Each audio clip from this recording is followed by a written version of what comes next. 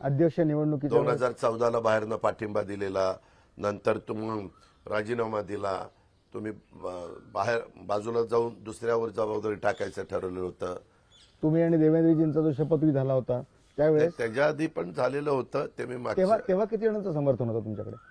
नाही, त्यावेळेस आम्हाला जास्त, ह्याच्या आधी ज्या ज्या गोष्टी घडायच्या त्या फक्त वरिष्ठ ठराविक लोक ठरवायचे आणि त्याची अंमलबजावणी एक मी राज्यातला काम करणारा कार्यकर्ता म्हणून मला सांगितलं जायचं आणि त्याची आम्ही अंमलबजावणी करायचो. तेव्हा बीजेपीला समर्थन देण्याचा विचार होता? विचार होता म्हणजे बैठक, आशुतोषजी पाटील त्याच्यात बैठक झाली की ती दिल्लीमध्ये 5-6 बैठका झाल्या. मी त्याचा उल्लेख केलेला आहे. पुन्हा पुन्हा त्याच गोष्टी येत आहेत. आणि आता विरोध होतोय? नाही, आता विरोध होतोय. त्याच्यामध्ये 2017ला त्यांच्यावर जायचं ठरलेलं होतं. आम्ही दिल्लीत गेलेलो नव्हतो, परंतु आम्ही इकडं देवेंद्रजी, सुधीर मुनगंटीवार, विनोद तावडे आणि बहुतेक चंद्रकांत दादा किंवा कोणतरी असतील ते 4, आम्ही इकडनं 4, आम्ही चर्चा त्यांच्याशी केली. कुठली खाती, कुठले पालकमंत्रीपद, कधी शपथविधी वगैरे सगळं झालं होतं. परंतु तेव्हा सांगण्यात आलं की शिवसेना आम्हाला अजिबात बरोबर चालत नाही, शिवसेनेला बाजूला करा. अमित भाईंनी सांगितलं तो आमचा 25-30 वर्षाचा मित्र आहे, आम्ही त्यांना बाजूला करणार नाही. आणि त्यांनी बाजूला नाही करायचं. शिवसेना म्हणजे उद्धव ठाकरे असताना? नाही, 2014 ते 2019 ह्यांचा काळ, देवेंद्रजींचा काळ, त्याच्यामध्ये आम्ही सामील व्हायला निघालो होतो. त्यांची बाहेरनं पाठिंबा दिला तेव्हा पण तसंच त्यांनी सांगितलं की ह्या शपथ झाल्यावर काही दिवसांनी तुम्हाला मंत्रिमंडळामध्ये जायचं, म्हणजे राष्ट्रवादीला. पुन्हा काही महिन्यांनी वेगळं स्टेटमेंट आलं, आमचा पाठिंबा तुम्ही कायमचा गृहीत धरू नये. ते झाल्यावर लगेचच देवेंद्रांनी उद्धवजींच्या बरोबर चर्चा करून त्यांच्यातले काही मंत्री आणि राज्यमंत्री केले आणि ते सरकार त्यांनी त्याला स्थिरता आणली, कारण पूर्ण मेजॉरिटी नव्हती. आम्ही देवेंद्रजींचा सरकारमधले स्पीकर बनवत असताना आम्ही इनडायरेक्ट त्यांना सपोर्टच केला. आम्ही तटस्थ राहिलो. तटस्थ राहिल्यावर आपोआप समोरच्यांचं मतदान होत असताना त्यांना जेवढी मतं पाहिजे होते निवडून आणण्याच्या करता विधानसभा अध्यक्ष तेवढी त्या ठिकाणी मिळाली. आणि आता काहींना प्रश्न, मी बोलल्यानंतर काही जणांना प्रश्न विचारतात, म्हणजे साहेबांनाच प्रश्न विचारतात, त्या म्हणतात ती माझी स्ट्रॅटेजी होती. शिवसेनेला बाजूला ठेवण्याच्या करता, सरकारमधनं शिवसेनेला बाजूला ठेवण्याकरता ती स्ट्रॅटेजी होती, म्हणून मी बाहेरनं सपोर्ट दिला. त्यांनी काही केलं की स्ट्रॅटेजी, आम्ही काही केलं की गद्दारी. हा कसा न्याय होईल? हा काय न्याय होऊच कसा शकतो? एक त्रयस्थ म्हणून तुम्ही विचार करा, असं नाही ना. पण तो म्हणजे आता परत तुम्ही म्हणाल की जुना विषय निघाला, पण तुम्ही गेलाच देवेंद्रजींबरोबर आणि परत पाठी आला. अहो, त्या संदर्भामध्ये जे काही घडलेलं होतं त्यावेळेस चिडाचिडी झाली. खरगे साहेबांचा जवळचा शाब्दिक चकमक तिथं झाली. तिथून जाताना मला आणि प्रफुल्लभाईंना नेहरू सेंटरमध्ये वर सांगितलं की आता आपलं जे ठरलेलं आहे त्या पद्धतीनं घ्या करून, हे काय ऐकत नाहीत, हे नीट चर्चा करत नाही, आता पुढे जावा. आणि मग मी तिकडनं उठलो आणि देवेंद्रकडे गेलो. देवेंद्रांनी राष्ट्रपती राजवट आणलेली होती. राष्ट्रपती राजवट कुणामुळे आणली हे देवेंद्रजींना विचारा. ती उठवायची म्हणून स्ट्रॅटेजी होती असं? पण नाही, तसं नाही. त्याच्या संदर्भातले तशी अजिबात नव्हती. मी तसा दुटप्पी वागणारा कार्यकर्ता नाही. तिथं सांगितल्यानंतर तिकडनं सांगितलं की उद्या सकाळी 8ला, जे म्हणतात ना पहाटे म्हणजे 8 वाजता, आणि अजून पण 8 वाजले नाही, आता 7 वाजले. 7. पण हे सगळं खरं आहे का की तुम्ही गेलात मग राज्यपाल ऑफिसला अगदी कमी कालावधीमध्ये सांगितलं आणि आम्ही सांगायचं सगळं झालं? आम्ही सांगायचा प्रश्नच आहे. रात्री सांगितलं. देवेंद्रांनी दिल्लीला फोन केला, त्यांना विचारलं, त्यावेळेला की आम्ही राष्ट्रपती राजवट उठवतो. राष्ट्रपती राजवट उठली. आपले त्यावेळेसचे गव्हर्नर कोश्यारी साहेब पहाटे 4लाच त्यांची सुरुवात व्हायची कामाला. त्याच्यावर त्यांनी सांगितलं की 8 वाजता आपण शपथविधी घेऊ. 8 वाजता शपथविधी घेण्यात आला. आणि तेव्हाही पण तुमच्यासारखा फायर ब्रँड लीडर एकदा गेलेला पाठी कसा? ऐका ना, तेव्हा गुप्त मतदान आमचं नेहमीच असायचं. गुप्त मतदान झालं असतं, ते कोर्टात घेऊन त्यांनी ओपन मतदान आणलं. त्याच्यामध्ये काँग्रेसने पुढाकार घेतला होता, कारण काँग्रेसच्याही आमदारांना सगळ्यांना की आपण सरकारच्या बाहेर राहिलो तर आपला पक्ष राहणार नाही, आपण आपले आमदार राहणार नाही, सगळे इकडे तिकडे जातील. तुम्ही साधा विचार करा ना आशुतोष पाटील. त्याच्यामध्ये शिवसेनेच्या बरोबर काँग्रेस जाईल असं तुम्ही कधी आयुष्यात विचार केला होता का? सोनिया गांधींनी ते काँग्रेसचे आमदार कुठं बाहेर राज्यात गेलेले होते, बहुतेक राजस्थान किंवा कुठेतरी असतील, मला आता आठवत नाही. आणि तिथून प्रत्येकाशी फोनवर त्यांनी बोलले आणि मेजॉरिटी आमदारांनी सांगितलं मागं 5 वर्ष आमची काय अवस्था झाली, आम्ही कसं टिकलो, आम्हाला कुणी मदत केलेली नाही, आम्ही पक्षाच्या चिन्हावर निवडून आलेलो असेल तर आम्ही आमचे सर्वस्व पणाला लावले. आता पुन्हा 5 वर्ष आम्ही जर विरोधी पक्षात बसलो तर आमचं भागातलं राजकारण संपेल, विकासाशिवाय आम्ही त्या ठिकाणी टिकू शकत नाही. आमची इच्छा आहे की या सरकारमध्ये गेलं पाहिजे. हे त्याच्यामध्ये तसं झाल्यावर हे सरकार आलं आणि त्यावेळेस गुप्त मतदान झालं असतं तरी तो काळ आम्ही जे काही भूमिका घेतली होती तशा प्रकारे सगळं पुढं चाललं असतं. कारण मी 2-3 दिवस ते शपथविधी गुप्त मतदान होईपर्यंत मला माझे अनेक सहकारी येऊन भेटले. अहो आम्हाला तरी सांगायचं, आम्ही पण तुमच्याबरोबर आलो असतो, आम्हाला हे माहितीच नाही असं काही झालेलं.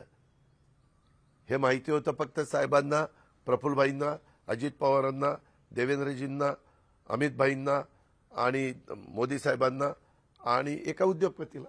उद्योगपतीच्या घरी तर मिटिंग व्हायच्या. पण तुम्ही तेव्हा डिनाय केलं होतं काय की अशी बैठक झाली नाही म्हणून? मी नाही कधी डिनाय केलं, कधीच डिनाय केलं नाही. काढा सगळे बाकीच्या ज्या क्लिप्स वगैरे काय मुलाखती असतील ते, मी कशाला डिनाय करतो? जे आहे ते आहे. तुम्हाला असं नाही वाटलं का की एकदा आपण निर्णय घेतला, तुम्ही निर्णयावर ठाम असतात, तुम्ही जे बोलता त्यावर ठाम असता, तुम्ही जो निर्णय घेता त्यावर ठाम असता. एकदा निर्णय घेतला, तुम्ही गेलात पुढे, मग तुम्ही तेव्हा का नाही भूमिका घेतली की नाही पाठी येणार आम्ही? अहो त्यावेळेस निर्णय घेताना माझी आणि देवेंद्रजींची वर्षा बंगल्यावर मिटिंग अशी झाली होती की आपल्या जे नियमावलीमध्ये गुप्त मतदान आहे तसंच गुप्त मतदान होणार. आमदार तिकडे होते तरी संपर्कात माझ्या होते, त्यांना ते वाटत होतं. तिथं नंतर तुमच्याकडे क्लिअर मॅन्डेट होतं तेव्हा? क्लिअर मॅन्डेट होतं. हे सगळं झाल्यावर आमच्या आमदारांनी प्रेशर आणलं की हे असं चालणार नाही, हे अजित पवारांनाच प्रमुख पक्षाचं केलं पाहिजे ह्याच्यामध्ये विधिमंडळामध्ये, आणि त्या पद्धतीनं मला विरोधी पक्ष नेते दिलं. आमच्या आमदारांची सगळ्यांची इच्छा होती. मी ज्यावेळेस पदावर बसतो त्यावेळेस मी फक्त ते डिपार्टमेंट सांभाळत नाही, मी माझ्या सगळ्या आमदारांना त्या ठिकाणी मदत करत असतो. आज आमदार एवढे बाहेर पडले याचा अर्थ काहीतरी त्यांचा आम्हा लोकांच्यावर विश्वास आहे म्हणूनच बाहेर पडले ना. तोंडघशी तुम्ही पडता, ठीक आहे, त्याला हो का मी त्याला हे घाबरत नाही. तोंडघाशी पडता जे आहे ते खरं आहे, मी खऱ्याला महत्व देणार आहे, मी शब्दाचा पक्का आहे, मी त्या पद्धतीनं केलं. आता तुम्ही बाहेर पडलात, तुमचे जुने सहकारी जे तुम्हाला ज्युनियर आहेत, ज्यांना तुम्ही ब्रेक दिलेत, असे आता तुमच्यावरती टीका करतात. माझ्या शुभेच्छा आहेत त्यांना. पण दादा कधी आलेला बॉल रिटर्न दिल्याशिवाय ठेवत नाही. मला त्यावेळेस मला शुभेच्छा द्यायच्या, तो माझा अधिकार आहे. देवेंद्र फडणवीसांची आम्ही मुलाखत जेव्हा घेतली तेव्हा त्यांनीच मला सांगितलं की तुम्ही विचारा दादांना की त्यांची कशी कशी कुचंबणा झाली आणि त्यांना कसं तोंडघशी पाडलं गेलं. तुम्ही आता 2-3 उदाहरणं सांगितली. ह्या सगळ्या तोंडघशी पडण्यामध्येच तुमचे हे जे बाहेर तुम्ही पडलात, ही बीजं तेव्हा रोवली गेली? बीजं वगैरे तेव्हा रोवली गेली नाही. त्यामध्ये आमच्या सगळ्या आमदारांचं 2 वर्ष कोरोनामध्ये जशी कामं व्हायला पाहिजे तशी कामं होत नव्हती. आता कामं झाली पाहिजे, मतदारसंघात कुठं कसं तोंड दाखवायचं, आणि त्याच्यामुळं आम्ही इकडं जाण्याचा निर्णय घेतला आणि कामं पण लोकांची केली. तुम्हाला आठवत आहे का, मागं पण काही लोकांनी एक निमित्त केलं होतं. अजित पवार फायनान्स मिनिस्टर आहे परंतु ते त्यांच्याच आमदारांना निधी देतात, आमच्यावर अन्याय करतात म्हणून आम्ही बाहेर पडलो. काही काही जण निमित्त शोधत असतात आणि ते निमित्त शोधून ते दाखवतात की ह्या निमित्ताकरता आम्ही बाहेर पडलो. मग अजित पवार तसा होता तर पुन्हा ह्या सरकारमध्ये अजित पवारला घेऊन अर्थ मंत्रालय का दिलं? हो, आता पण आरोप झाले ना की तुमच्याच मंत्र्यांना आणि तुमच्याच विभागांना निधी मिळतो. वारंवार असे आरोप. आशुतोषजी, हे काय, ज्याला कुठलं समर्थन करता येत नाही त्यावेळेस कुठला तरी आरोप करायचा आणि त्या आरोपाच्या पाठीमागे लपायचं. ह्यामध्ये जे काही होतं, मी तिथं पद्धत काय केली, माझी सही झाल्यावर फाईल जाती देवेंद्रजींच्याकडे. मी रिमार्क म्हणजे खाली DCM होम असं करतो आणि त्याच्या खाली CM, त्याच्यावर DCM होम बघतात, त्यानंतर CM बघतात. त्या दोघांच्या सह्या झाल्या तरच फायनल होतं. काही अजित पवारच्या एकट्याच्या सहीनं फायनल होतं? तुम्हाला नियमावली तुम्ही पहा ना. शेवटी राज्याचा प्रमुख आम्ही एक वेगळी, कारण 3 पक्षाचं सरकार आहे. सगळ्यात जास्त संख्या भारतीय जनता पक्षाची आहे. आमच्या दोघांची एकत्र संख्या पेक्षा जास्त भाजपची संख्या आहे. आम्ही समजा दोघं मिळून 100, भाजप 105 का 106 आहे आणि 9 अपक्षांना पाठिंबा, बालदी, राजा राऊत वगैरे, अगरवाल, असे ते 115 आहेत. हे सगळं ना म्हणजे सहज बोलता बोलता विषय निघाला की तेव्हा जर तुम्ही आणि देवेंद्रजी बरोबर तेव्हापासून असता, हे सगळे आतापर्यंतचे जे तुम्ही उदाहरणं दिली, तर कदाचित चित्र वेगळं असतं. 100% चित्र वेगळं असतं. एकनाथ शिंदे आणि हे सगळे सहकारी नंतर आले असते किंवा आलेही नसते, काही वेगळं झालं असतं. तुमच्या आमदारांना पण मनात वाटत असेल ना की अरे आपण तेव्हाच बरोबर गेलो असतो. अहो, मला आमचे जवळचे वरिष्ठ म्हणाले ही गोष्ट 3 पक्षाच्या पेक्षा 2 पक्षाचं सरकार असतं त्यावेळेस तर फायद्याचं झालं असतं, चांगलं काम झालं असतं, असं प्रत्येकाचं हे असतं. म्हणजे 3 पक्षाचं सरकार चांगलं काम करत नाही असा कृपया त्याच्यात अर्थ काढू नका. नाही. हा, आता त्यामध्ये आपण केलं असतं हे योग्य झालं असतं. कारण तुम्हाला माहिती आहे देवेंद्र फडणवीसांची पण प्रशासनावर असणारी पकड आणि अजित पवारची पण प्रशासनावर पकड आहे असं लोक म्हणतात. नाही आहेच ना. तुमची पकड जास्ती आहे असं उलट म्हणतात. नाही, पण काय असतं की शेवटी आमदारांच्या आणि कार्यकर्त्यांच्या भावना असतात, त्या मी तुम्हाला सांगितलं. मी थोडंसं आणखीन एका स्थानिक पातळीवर येतो. तुम्ही तुमच्याच जवळच्याच माणसांकडून ऐकलंय की आता जे आरोप करतात ना वेगवेगळे युवा नेतृत्व, रोहित पवारांना राजकारणात कोणी आणलं? हे हो का, हे सगळ्यांना माहिती आहे. संधी द्यायचं काम कुणी ना कुणी करायचं असतं. आम्ही लोकांनी ती संधी दिली. जसे चव्हाण साहेबांनी पवार साहेबांना संधी दिली, पवार साहेबांनी मला संधी दिली, मी त्या ठिकाणी रोहितला संधी दिली. त्यावेळेस तुम्ही कधी पुत्रप्रेम दाखवलं नव्हतं? नाही, माझा स्वभावच नाही. मी त्याच्या संदर्भात मला असं वाटलं की त्याला आवड आहे, तो त्या ठिकाणी काम करू पाहतोय म्हणून पुणे जिल्ह्यात त्याला तिकीट देणं त्याची इच्छा होती. तुम्ही आग्रही पण होतात हडपसरमध्ये, तर हडपसरपेक्षा मी त्याला म्हणलं नगर जिल्ह्यात जा, बॉर्डरवरचा मतदारसंघ आहे, तिथं काम केलं की आम्ही पण सपोर्ट करू. तिथं आम्ही पण लोकांनी काम केलेलं आहे. ऊसाच्या निमित्तानं तिथं लोकांना, शेतकऱ्यांना मदत केलेली आहे. तिथं केलं तर जास्त बरं होईल म्हणून मी त्याला त्यावेळेस सुचवलं होतं. जरी निवडणूक लोकशाहीची असली ना तरी सुद्धा शेवटी स्थानिक पातळीवरचं राजकारणाचं रिफ्लेक्शन येतं. हर्षवर्धन पाटील आणि आपले संबंध पूर्वी वेगळे होते, आता तुम्ही सगळे एकत्र आहात.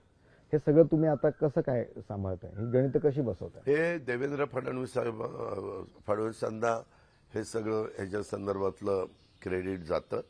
कारण त्यांनी त्या लोकांचं ऐकून घेतलं, राहुल कुलांचं, हर्षवर्धन पाटलांचं, विजय शिवतरे साहेबांचं.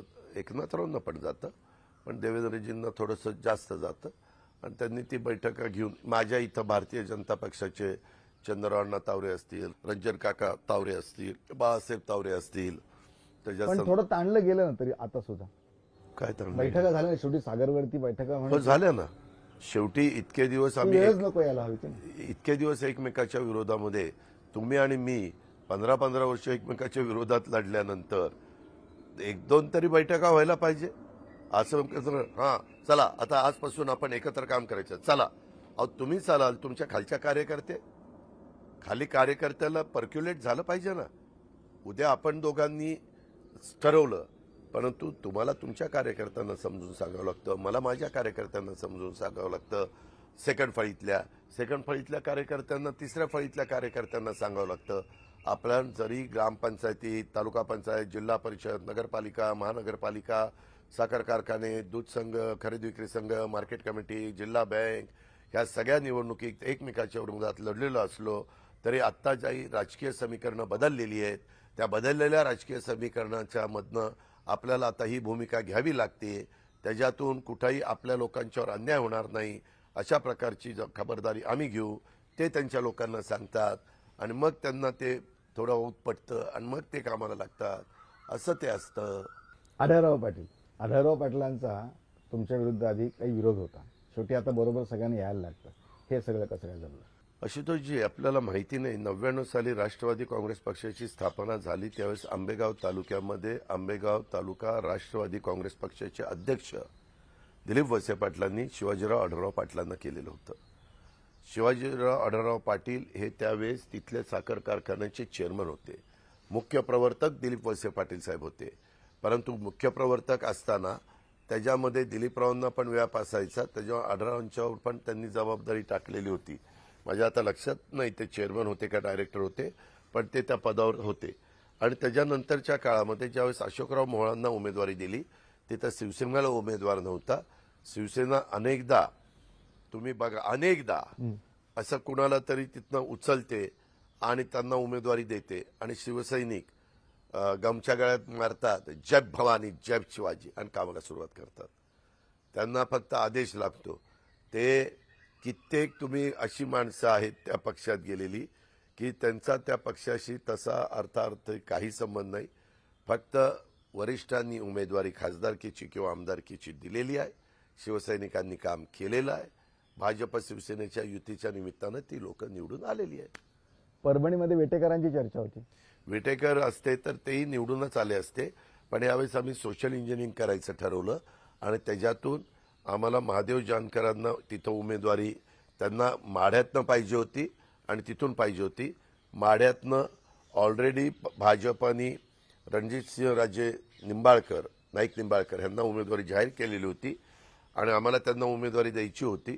मग मी तिथं राजेश विटेकरला थांबवलं. त्याला म्हणलं तुला पुढं आम्ही MLC करू, तू आपण आता सगळे मिळून बाबाजानी, तू सगळे राष्ट्रवादी, रत्नाकर गुट्टे, आपलं मेघना बोर्डीकर, आपले बबनराव लोणीकर, राहुल लोणीकर, ह्या सगळ्या लोकांनी, महामोर्चाच्या घटकांनी तिथं काम करा, आणि ते सगळे काम करतायत. परवा प्राईम मिनिस्टरची प्रचंड मोठी सभा झाली.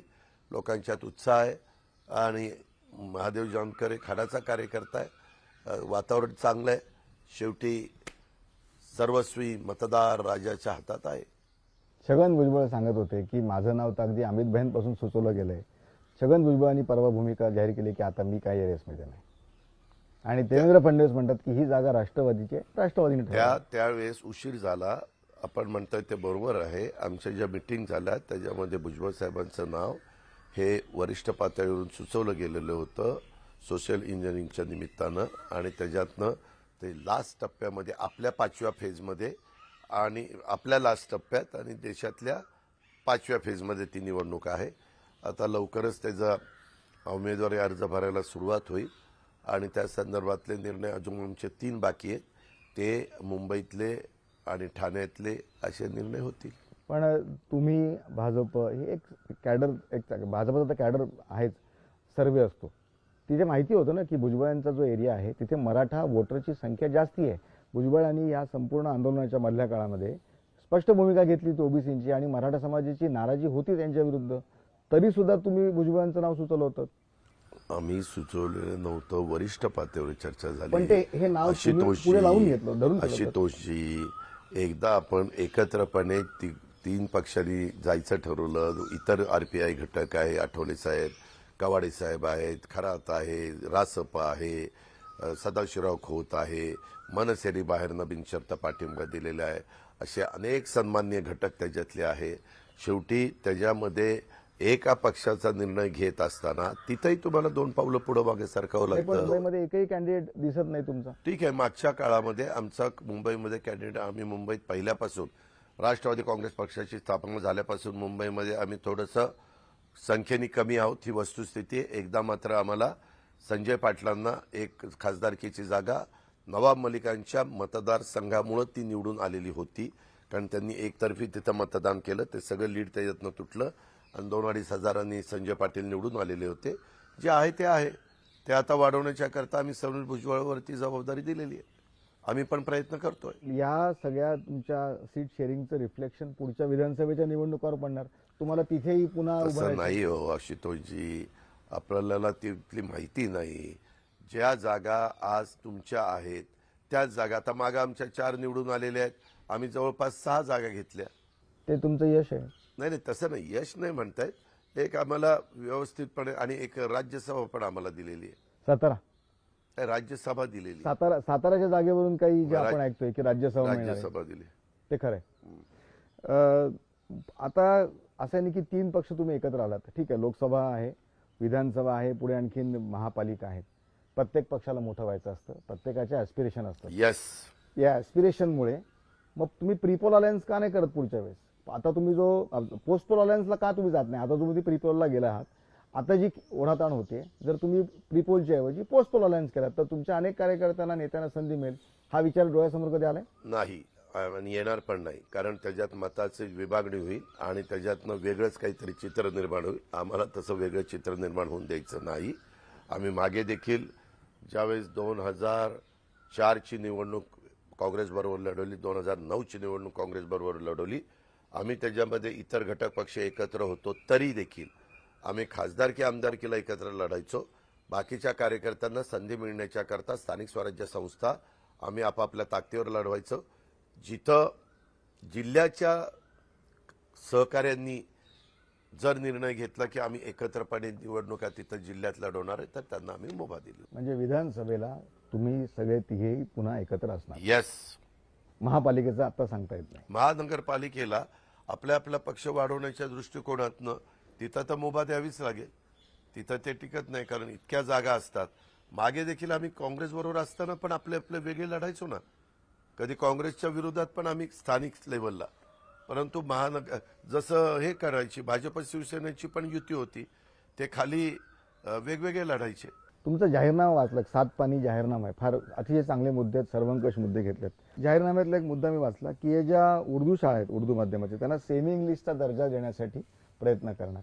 आता मुद्दा गाजतोय की काँग्रेस मुस्लिमांचं तुष्टीकरण करते, लांगुल चालन करते. आता उर्दू माध्यमाच्या शाळेत जाणारे विद्यार्थी एका विशिष्ट समाजाचे बहुतांश असतात. तुम्ही नाही का त्यांच्यासाठी, एका विशिष्ट समाजासाठी तुम्ही काही करता? आशुतोषजी, तुम्ही देशाचा विचार करा ना. देशात 135 कोटी जनता आहे. 135 कोटी जनतेमध्ये वेगवेगळ्या जाती धर्माचे पंथाचे अनेक लोक राहतात.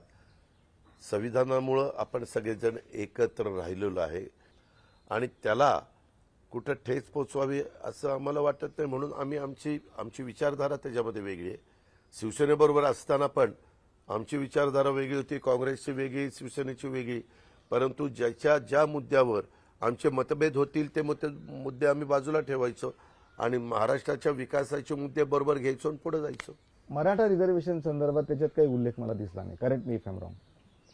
मराठा रिझर्वेशनच्या मध्ये ऑलरेडी आम्ही आरक्षण द्यायचा निर्णय घेतला ना, त्याची अंमलबजावणी सुरू झाली. आता भरतीच्या वेळेस 10% मराठा आरक्षण तिथं जे कुणबी आहेत त्यांना ओबीसी मधनं मिळतं, जे कुणबी नाहीत त्यांना त्या मराठा आरक्षण. म्हणून जाहीरनाम्यात उल्लेख आपण काही केला नाही.